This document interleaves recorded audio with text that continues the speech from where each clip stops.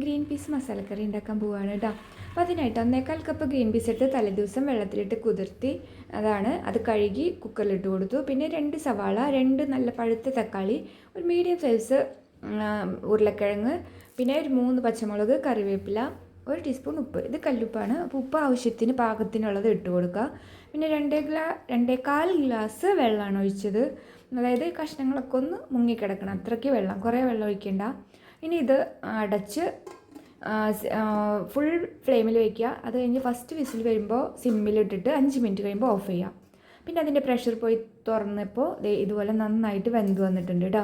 അപ്പോൾ ഗ്രീൻ പീസിൻ്റെ വേവ് പോലെ ഇരിക്കും, ചിലത് കുറച്ച് അധികം സമയം വേണം. അപ്പോൾ 5 മിനിറ്റ് കഴിഞ്ഞിട്ട് പിന്നെ വെന്തില്ലെങ്കിൽ വീണ്ടും വെച്ചാൽ മതി കേട്ടോ, ഒന്നും കൂടെ.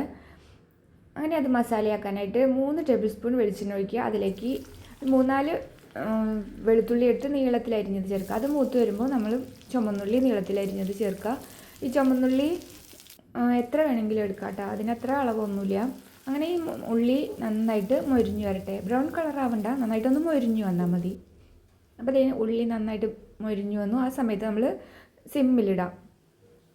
ഇനി 1/2 ടീസ്പൂൺ മഞ്ഞൾപ്പൊടി, 2 ടീസ്പൂൺ മല്ലിപ്പൊടി, പിന്നെ സാധാരണ മുളക് പൊടി 1 ടീസ്പൂൺ, കാശ്മീരി ചില്ലി 1 ടീസ്പൂൺ. അപ്പോൾ കാശ്മീരി ചില്ലി ഇല്ലെങ്കിൽ സാധാരണ മുളക് പൊടി 1 ടീസ്പൂൺ മാത്രം ഇട്ട് കൊടുത്താൽ മതി. പിന്നെ 1 ടീസ്പൂൺ പെരുംജീരകവും 1/2 ടീസ്പൂൺ കുരുമുളകും കൂടെ പൊടിച്ചതാണ് മിക്സിയിൽ, അതും കൂടി ഇട്ട് കൊടുത്ത് പൊടികളുടെ പച്ചമണം മാറുന്ന വരെ നന്നായിട്ടൊന്ന് മൂപ്പിക്കുക. പിന്നെ കറിവേപ്പില ഇട്ട് കൊടുക്കുക. പിന്നെ 1/2 ടീസ്പൂൺ ഗരം മസാല ഇട്ട് കൊടുക്കുക. നന്നായിട്ട് പൊടികൾ പച്ചമണം മാറണം കേട്ടോ. അതിന് ശേഷം നമ്മൾ വേവിച്ച് വെച്ച ഗ്രീൻ പീസ് ഇതിലേക്ക് ഇട്ട് കൊടുക്കുക. അപ്പോൾ ഇതിൽ ഈ ഉരുളക്കിഴങ്ങിൻ്റെ കഷ്ണങ്ങളൊക്കെ ഇല്ലേ, അതൊക്കെ ഒന്ന് സ്പൂൺ കൊണ്ട് ഉടച്ച് ചേർത്തോളൂ കേട്ടോ. പിന്നെ കുറച്ച് ഗ്രീൻ പീസും സ്പൂൺ കൊണ്ട് ഒന്ന് ഉടച്ച് ചേർത്തോളൂ. അപ്പോൾ ഈ ഗ്രേവിക്ക് നല്ല കട്ടി വരും. ഇനി ഇതൊന്ന് തിളച്ച് വരുമ്പോൾ അടച്ച് വയ്ക്കുക.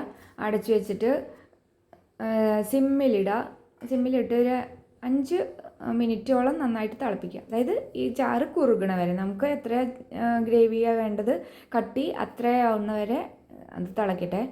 അങ്ങനെ ഇതുപോലെ ഇതിൽ മല്ലിയില ഉണ്ടെങ്കിൽ ഇട്ട് കൊടുത്തു കേട്ടോ. ഇതുപോലെ ഗ്രീൻ പീസ് മസാല ഉണ്ടാക്കി നോക്കാത്തവരൊന്നും ഉണ്ടാക്കി നോക്കിക്കോളൂ കേട്ടോ. ഇത് നമ്മുടെ ക്യാരറ്റ് കാഷ്യൂനട്ട് ചപ്പാത്തിയാണ്. ഇത് ഉണ്ടാക്കി നോക്കാത്തവരൊന്ന് റെസിപ്പി നോക്കി ഉണ്ടാക്കി നോക്കിക്കോളൂ. ബൈ.